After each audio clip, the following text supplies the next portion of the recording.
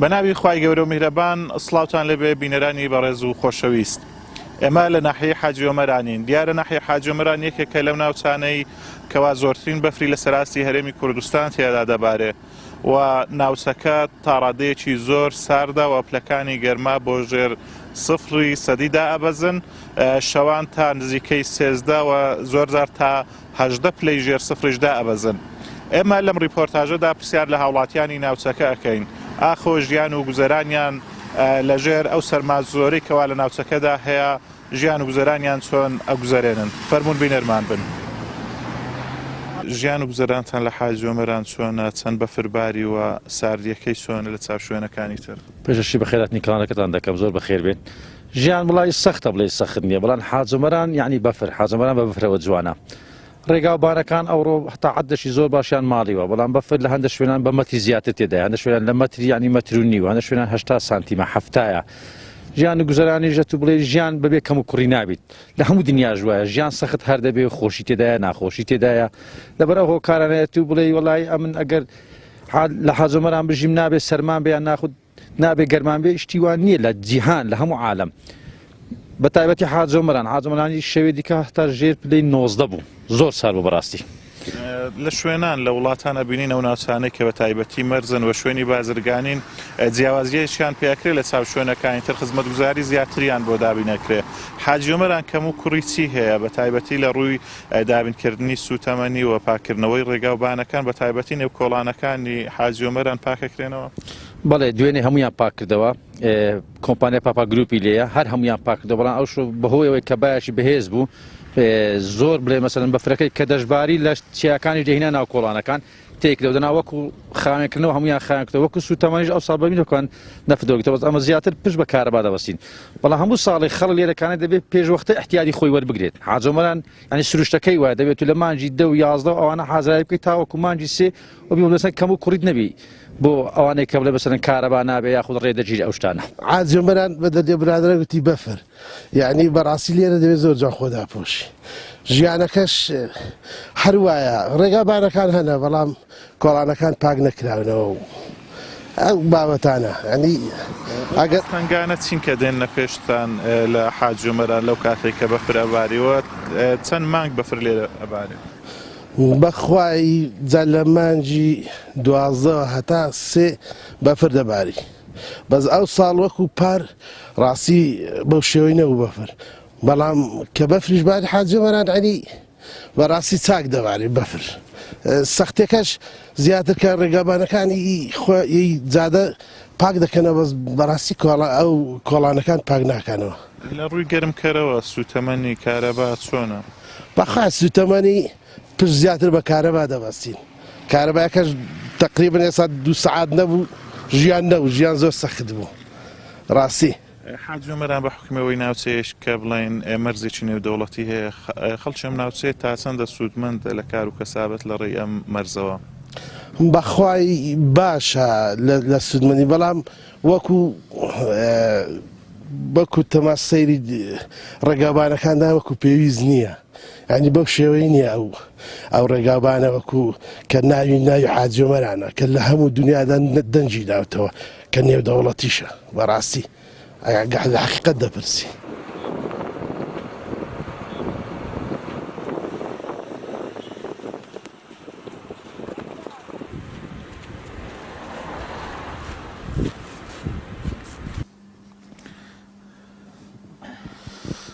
کاک ڕەمزی ماندی نەبی،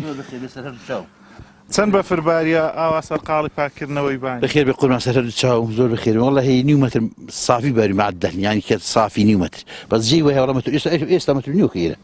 ناوکەن چۆمەکان مەترێک مەتر نیوشتی دەیە، بەس سەربان ئێستا کە بە هەوای لێ ڕۆیشتە نیو مەتری سافی باریوە. ئێوە ئامادەکاری چۆنەکەن بۆ وەرزی زستانە؟ پێداویستیەکانتان تا چەندە خۆتان دابینەکەن؟ حکومەت هاوکارتانە لە بەتایبەتی لە سوتەمەنی؟ وەڵڵی هێجا خۆی دابینکردنەکە کارەبایەکان من بە زۆر چاکە 24 ساعتی کارەبایەکان هەیدی ئێرانیە، لە ئێران بۆ ناتوو کارەبایەکان زۆر باشە لەگەی گوێری سوتەمەنی. خانێکاش لە خۆ هەم سەبەی و مەسەلا وەک زاڵان نییە، بڵێم ڕۆژی 6 پێ جەربی ماڵی نایماڵی بارني شو أنا أيوة أي مال يستا سرقال صار أو من كل أوروكي ده تقول جديد بس سهول كنت أوروكي نبي سهول برا بيشتوجي خوي زاري وها وزور ببارة زياني هبتن بوبانا كانت عن بفريشي زور هب مترسي دروس بها والله بتمني من نبوه وزوجت تقول لي قلت أنا كرونو هاتو كابريك بمشكلة عفتها فيه عفتها شوارع وأنا بنا نايم لاني سبور كنا بدأ مني مشتوى نبوه زورتين بفر كباري بلا حاج يومران تاتسن متر باريو والله بارا شلون بقول باري كان سيمة الباري بي هو تعامل الست زاد يسا شلون كديارة حتى بقلا مفرد بار لأنه زاد بقلا وشو فرفران ده أصلا شي هاتو تو تاتسن لا حاج يومران دروس باش خرابنية كومبانيا هي الرجال دي بساس هذه دي في الكوميسيون شوفر وشتوادي خاين دكاتوا كيش جا رجلني بس كهربات كرنت كهربات عن زور بنايته والله بري والله زور كهرباء كان بري والله زور بري والله نخي زور دقات إيرانية بزود دي باشو جشتي باشو ثمانية زيادة تام بودابين كرابا يوش كهربات عن كم ترسل فاكر بتاعبتي بوجرم كرا أنا والله صدق سوسة يقبل من نفتي نقول مالي يقبل من بش فانوس إيدك بش يستك أنا والله قبل نفتك دابين كلابا بنا باشتري ولا بوي قبل شوي سوري نفتك باش نبيس قلت ليش بزود دي ساكن هو بيجي إدارة لكن بكهرباء وزور باش صعبين ناحية حاج عمران لزور روا مثلا لق قشت جزاري هي حدود كي بلين حدود شيني ودولتيها وهروها قشت زور روتي لكن بتايبتي لورزستاني خلق ناوراسي باشوري عراق دهاتن عربة كان وهروها لروي قشتو كالي شوينة شي مثلا قشتو كالي زورة بلام سيا حكومت كم تربا يغبى ناعي قشتو جزار دا وهروها بتايبتي أو كشتوكالي كذكرت ودو لولاتان شويني وشي حاج عمران كشويني شي بازرقانية مرزي شي اللي هي خدمة گزاري تايبتيان بودابينه كان لحاج عمران اشتي تايبته بلين بخلشي ناوسكا وكوسيو لباري سوا گرم كروا سوتمني گرم كروا سوتمنيان زياتر بدن لتا شوينه كاينتر يان ريغاوبانكاني باش بن يان هات بلين ريغاكاني هاتسو بردامي باق بكرينوا خوي عجمران شوێنێکی استراتیجیە پێویستی بە مەکایناتی زۆر هەیە خاصتان بە تایبەتی زستانان دوای ئەوەی ئەگەر کاتێک کارەبا دەکوژێتەوە لێرە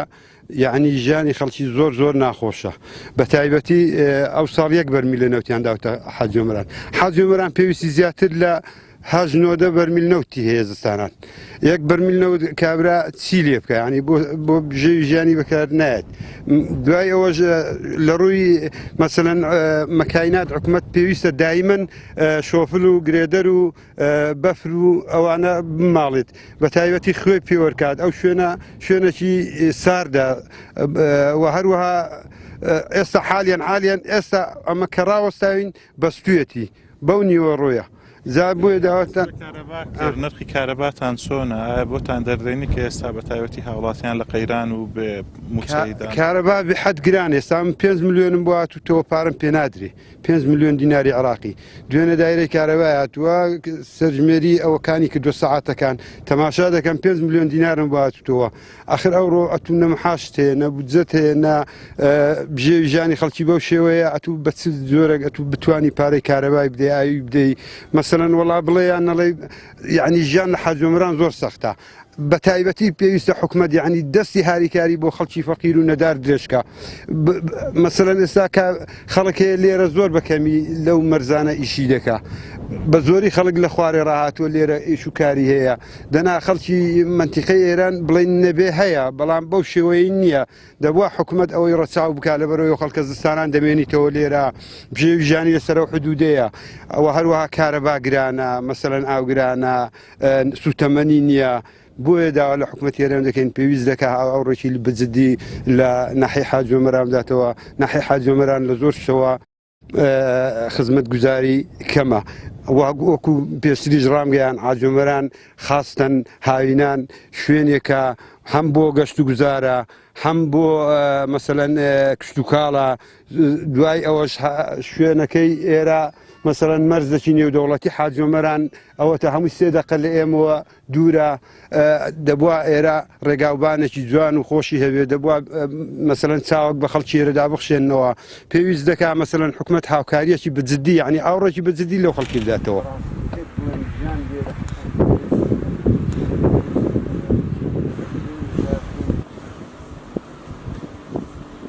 لەگەڵ بەفربارین و وەرزی سەرما و سۆڵە ڕەوشتان چۆنە لە حاجی ئۆمەرە؟ دیارە حاجی ئۆمەران تایبەتمەندێکی خاصی هەیە لە بەفربارین. حاجی ئۆمەران دەبێ لە مانجی 12 دەست بە بەفر بکە تا مانجی 15 دوو ئەو جارەکانە دەست بە شڕێ بکە، بەڵام ئەو ساڵەکانە بەداخەوە بەفر زۆر کەمباریوە و ئێمە پێویستمان لە حەزمەران تقریبان پێویستمان بە 3 مەتر هەتا 3 مەتر و نیو بەفربارین هەیە، بەڵام بەداخەوە ئەو 1-2 ڕۆژەیە تقریبان احتیمالە 40-50 سانتی مەکباری بی هەر ئەوەندە دەنا. کوێستانەکانیش بەفری زۆر کەمە، چونکە سەرچایەی ئاو لە حاجی ئۆمەران بەفرە، ئەگەر بەفر نەباری ئەمە سەرچاوەکانی ئاومان ناوی. ژیان چۆن بەڕێەکەن لە حاجی ئۆمەران لەگەڵ سەرما و سۆڵەی ئێرە؟ تا چەندە خزمەت گوزاریەکانتان بۆ دابین کراون لە ڕووی سوتەمەنی لە ڕووی ڕێگاوبانەوە؟ باشە الحەمدوللا، وڵا ڕێگەبانەکان کەمپی لەسەرە بە بەردەوام خاوێن دەکەنەوە ڕێگەبانەکان و الحەمدوللا ژیانەکەش لێرەکانە زۆر ئاسایی زۆر خۆشە و ڕاش هاتوینە لەو بەفرەی کێشەمان نییە الحەمدوللا. لەسا ئەوەی کامەرزێکی نێودەوڵەتی هەیە، بازرگانیەکی زۆری تێداکرێت و داهاتێکی زۆری هەیە، پێویست بوو چی بۆ حاجی ئۆمەران بکرێت کە نەکراوە؟ وڵا پێویست بوو هەموو خزمەت گوزارەکانی وە بکرێ، بەڵام الحەمدوللا باشە هەندە خزمەت گوزاری کراوە بە پێی پێویست کراوە الحەمدوللا باشە و ئەوەی دیکەژ ئینشاءڵڵا ئەو قەیرانی شتە تێفەڕ ئینشاءڵڵا هەمووی چارەسەر دەبی بە عەولی قووەتی خۆی گەڕ. لە ڕووی ساردیەوە جەوی حاجی ئۆمەران لەمە و دوا زۆر سارد دەبێ. لە ڕووی پێداویستیەوە تا ئێستا حکوومەت یەک جار نەوتی ناردە، پێویستە شوێنانێکەوەوە ناوچەی شاخاوین بەفری زۆر لێ دەبارێت، پێویستە زستانان 2-3 جار نەوت و سوتەمەنیان بۆ دابین بکات. ئێوە پشت بە چیە بەستن بۆ خۆگەرمکردنەوە لە حاجی ئۆمەران بە حکومەوەی لە چاو شوێنەکانی تر ناوچەیەکی زۆر ساردە بەفری زیاتری لێ ئەبارێت؟ حاجی ئۆمەران بە حکمیەوەی کەوا کارەباکەی ئێرانە 24 ساعاتە کارەباکەی ناگژێتەوە، زیاتر لە ماڵەوە یان سبریت و سۆبەی کاربایی بەکاردێنین، بەڵام جاری وایە بەهۆی بایەکی زۆر کە دێ یان بەفرێکی زۆر دەباری کارەباکە قەتع دەبێت، بەمەش دەبێتەوە کەوا سۆبەی نەوت بەکاربێنین. جا بۆیە داوانە ئەوەیە کە حکوومەت زیاتر ئاور لەم ناوچەیە بداتەوە، 2 بۆ 3 جار بتوانێت نەوتمان بۆ دابین بکات باشتر دەبێت. حاجی ئۆمەران لە ڕووی سەختی هاتوچۆیەوە تا چەندە ئاستەنجی هاتوچۆ دروستە بێ لە زستانە؟ بەخوای وەکو پێویست ئاستەنجی زۆرە، یعنی ئاستەنجیشی بێ ئیسافێ لە ڕووی ئەو یعنی بەڵام ئەلحەمدوللا لەخوای بە زیاد بێ ئێستا تیمی پاکەرەوە ئەو ساڵ زۆر باشە لە ڕووی ساڵەکانی دیکە، بەڵام ئێستا لە مەسالێک نەمە خاوێن کراوەتەوە، ئێران خاوێنەی نەکردەوە، ئێستا چۆ ئێران حاجی ئۆمەران نییە. پاک ئەکرێتەوە ڕێگاکە، بەڵام بینی سەرڕای ئەوەش ناوە شوێن گرفتی هاتوچۆ هەیە و ئاستەنگ بۆ هاتوچۆ دروستە بێ. هاوڵاتیان پێویستە زنجیریان پێ بێ یا ئۆتۆمبیلی دەبلەکسلیان پێ کە سەردانی حاجی ئۆمەراکەن؟ بێگومان دەبێت زنجیریان پێ بێت. ئێستا دوێنێ پێریانی هاوڵاتی بڵم دەبلەکسلیش بوو وەکو پێویست دەرچوونی نەبوو، جاری وهەیە دەبلەکسلیش زنجیری دەوێت. ئێستا لە ناو حاجی ئۆمەران لە ناو کۆڵانەکان دەبێت دەبلەکسلیش زنجیری پێ بێ لە خۆ دەرچوونی نییە. سەختە ژیانی ئێرە،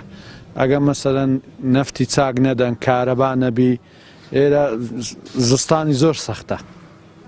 پێویستی بە خزمەت گوزاریەک هەیە بڵێن بەتابەت کە خاوەنی مەرزێکی نێودەوڵەتیە هاوڵاتیانی ئێرە زیاتر ماڵین بە کارەبا بە نەفت پێویستی بۆ خزمەت گوزاریانێ. لە ڕووی نەوت تا چەندە بۆتان دابین کراوە پێویستان بە چەند بەرمیل هەیە ساڵانە؟ وەڵی پێویستمان بە زۆر هەیە، بەس 1 بەرمیلی داوە حکومەت، 1 بەرمیلیان داوی بەرمیلە بەشتانەکە بەشە 10 ڕۆژیش ناکە ناوەڵە.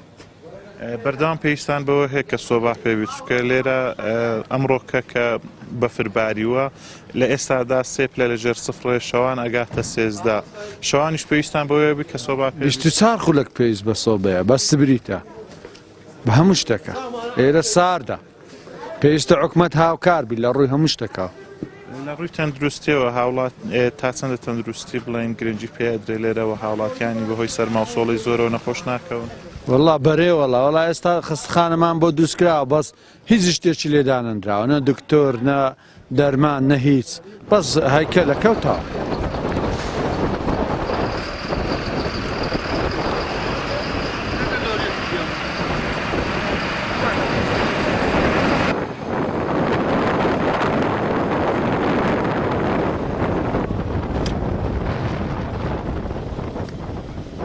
ڕەوشی حاجیۆمەران چۆنە بەفرێکی باش باریوە لەگەڵ سەرما و سۆڵە چۆنن واللهی لە ڕاستی ئەو ساڵ بارینی بەفرەکەی تۆزێک تاخیر بوو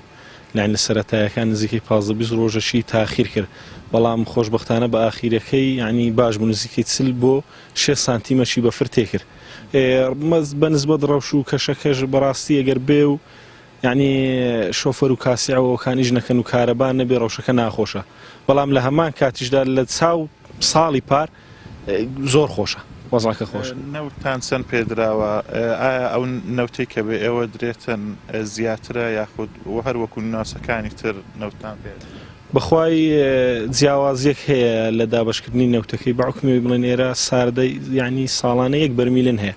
بەڵام 1 بەرمیلیش بەش ناکە ڕاستی